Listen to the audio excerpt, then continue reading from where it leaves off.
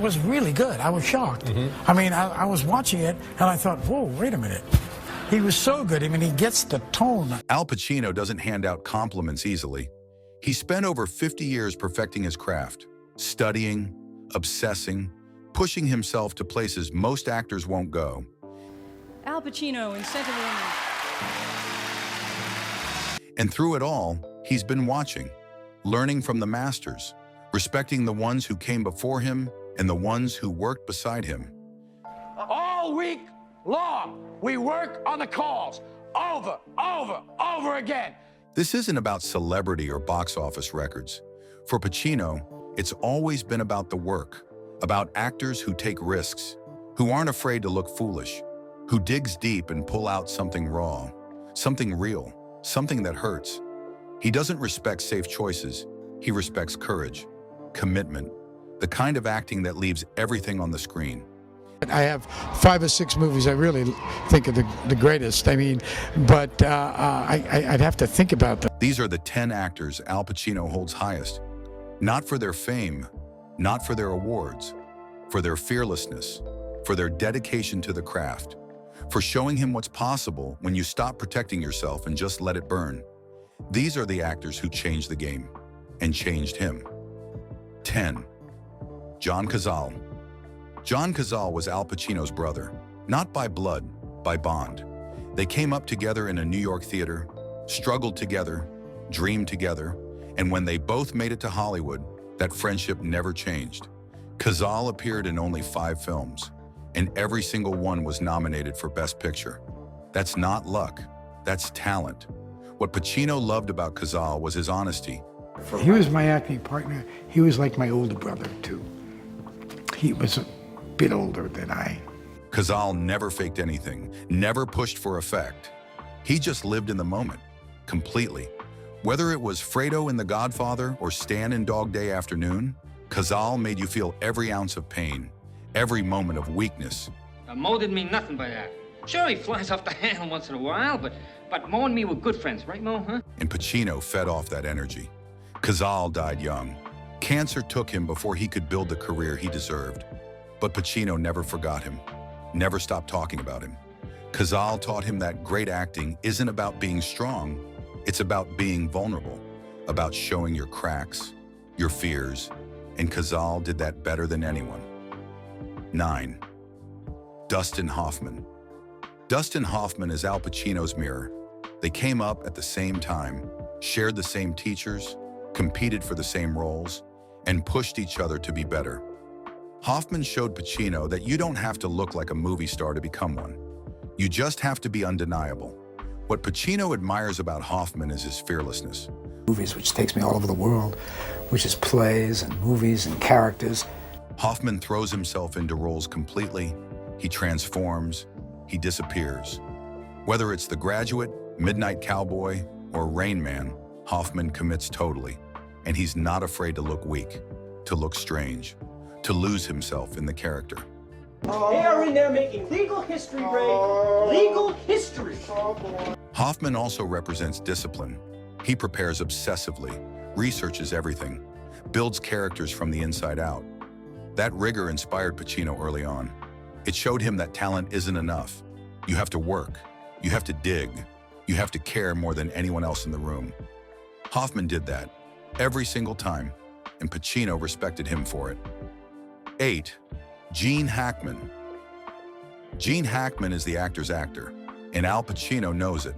Hackman didn't have leading man looks, didn't have a smooth voice or natural charm, but he had something better.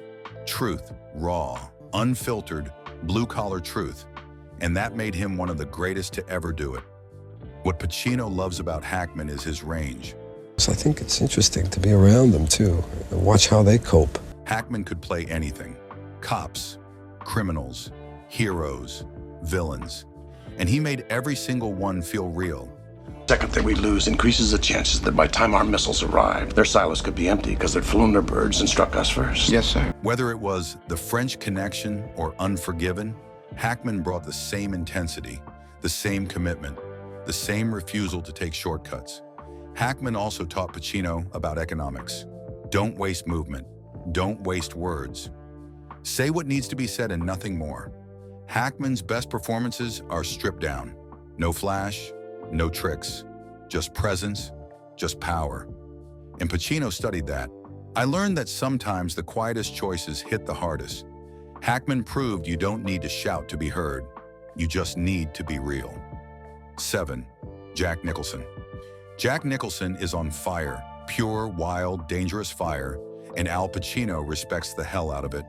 Nicholson doesn't play by the rules. He breaks them, bends them, makes his own, and somehow it always works.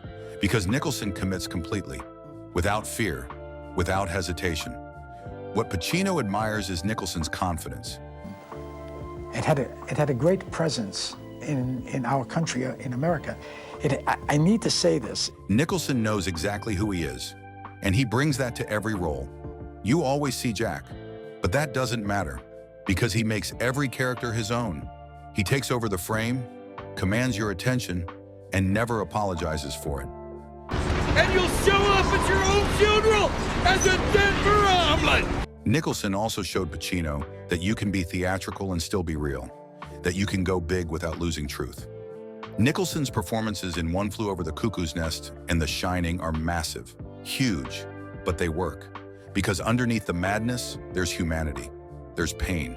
And Pacino learned that great acting isn't about restraint or explosion. It's about whatever the moment needs. And Nicholson always knows what that is. 6. James Caan.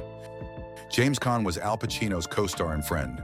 They worked together in The Godfather, and the chemistry was instant.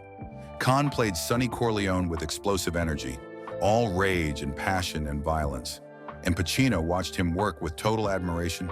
You're not really ever really prepared. Like, I didn't really think I was going to get a nomination. Caan wasn't afraid to be loud, to be messy, to lose control.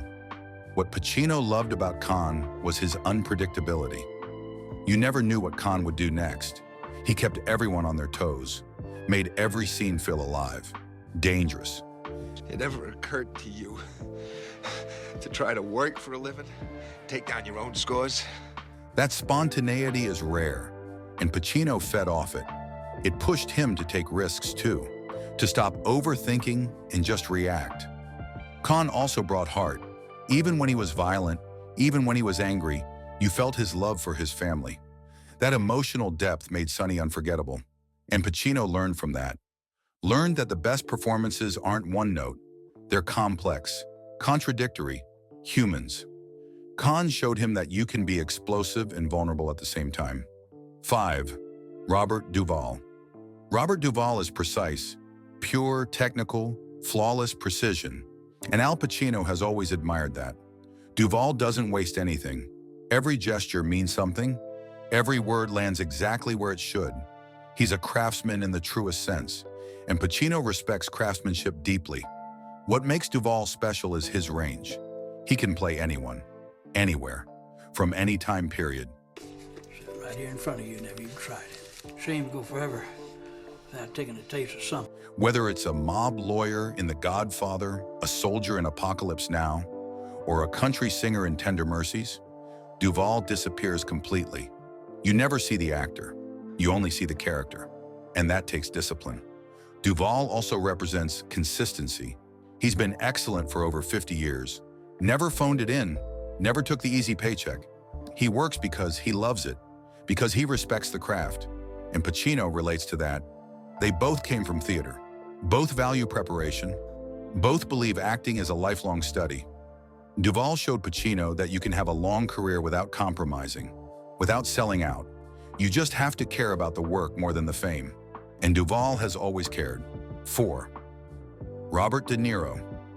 Robert De Niro is Al Pacino's rival, his equal, his mirror.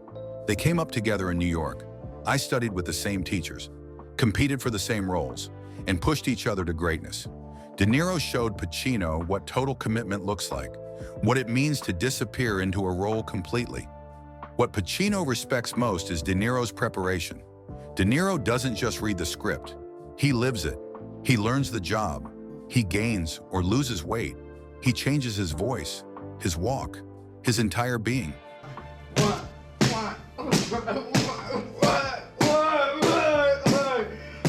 Whether it's Jake LaMotta in Raging Bull or Travis Bickle in Taxi Driver, De Niro becomes someone else.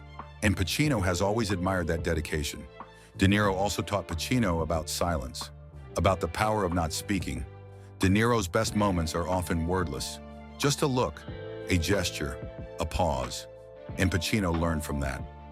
I learned that great acting isn't always about dialogue. Sometimes it's about stillness, about letting the camera find you. De Niro and Pacino finally worked together in Heat, and the respect between them was visible in every frame. Two masters, two legends, one craft. 3. Marlon Brando. Marlon Brando changed everything, and Al Pacino knows it. Before Brando, acting was theatrical, big, performed. Brando made it real. He mumbled. He paused. He didn't care about being clear or pretty. He cared about the truth. And that revolution shaped Pacino's entire approach to acting. Those in the croyons pas. Nobody believes in us. God here. What Pacino learned from Brando was about instinct. Don't plan everything. Don't lock it down. Leave room for discovery, for spontaneity, for the unexpected choice that changes the scene. Brando did that constantly. He broke the rhythm, made bold choices, and Pacino wanted that freedom too. Working with Brando in The Godfather was like studying with the master. Pacino watched how Brando worked, how he listened, how he found moments no one else would think of. The cotton in the cheeks, the whisper, the cat in his lap. Those weren't scripted. They were Brando being Brando, and it made Don Corleone immortal. Brando taught Pacino that rules are meant to be broken, that you can't be safe and be great. You have to risk, you have to trust yourself.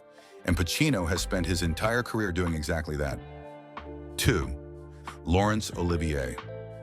Laurence Olivier is royalty, the king of actors, and Al Pacino bows to him. Olivier did it all. Shakespeare, film, stage, television. He directed, he produced, he defined what it meant to be a complete actor. And Pacino studied him religiously, tried to understand how Olivier made it look so effortless. What Pacino admires most is Olivier's technique. Olivier was classically trained. He knew the voice, movement, text.